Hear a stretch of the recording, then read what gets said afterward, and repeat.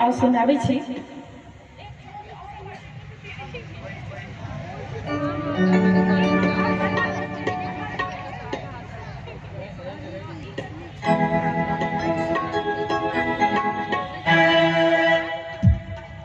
कहै छै अपन मिथिला के पारंपरिक गीत अछि तऽ देखै छी झमकौआ लोकगीत आ एहि गीत में कते ताली बजै छै तऽ से हमरा देखऽ के अछि। कुनीर बासी बासबा हरियाइए गेलै गनदी हरियाइए गेलै गनदी कुनीर मासी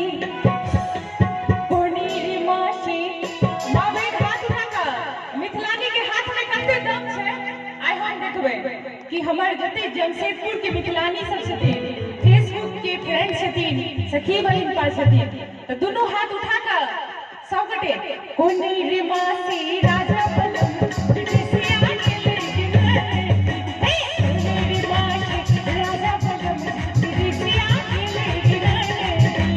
कुनीर मासी हरियाई गेले गिनने हरियाई गेले गिनने अरे कुनीर मासी राजा बनम विदेशिया गेले गिनने कुनीर मासी राजा बनम विदेशिया गेले गिनने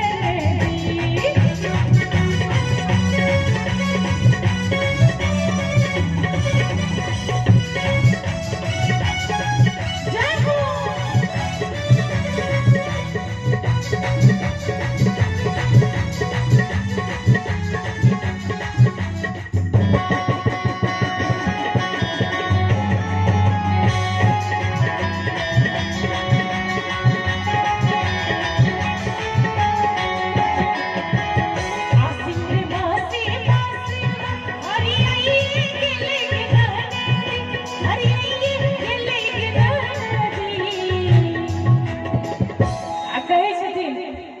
हम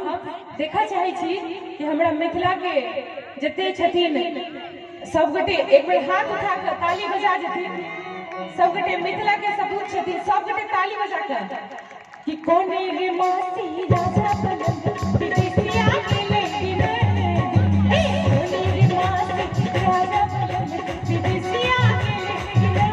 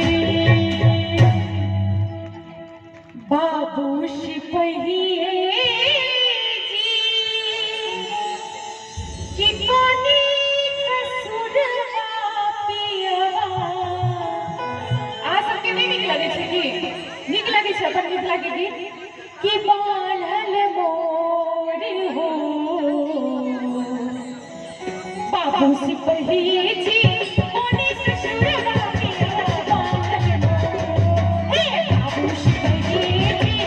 कोनी ससुरवा पिया बांधल मोर नाम रबिया लगरा लुचा नाम रबिया छोर नाम रबिया झीली झगरिया बीच सरक पर सोर बाबू सिपही जी कोनी ससुरवा पिया बांधल मोर बाबू सिपही जी कोनी ससुरवा पिया बांधल मोर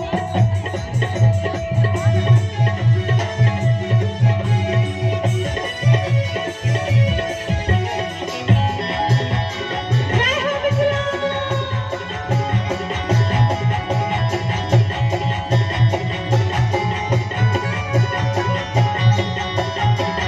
आ कहै छै के बार बार भक्ति हम अहिबे के लिए सिलानाथ सिलवती उजलिए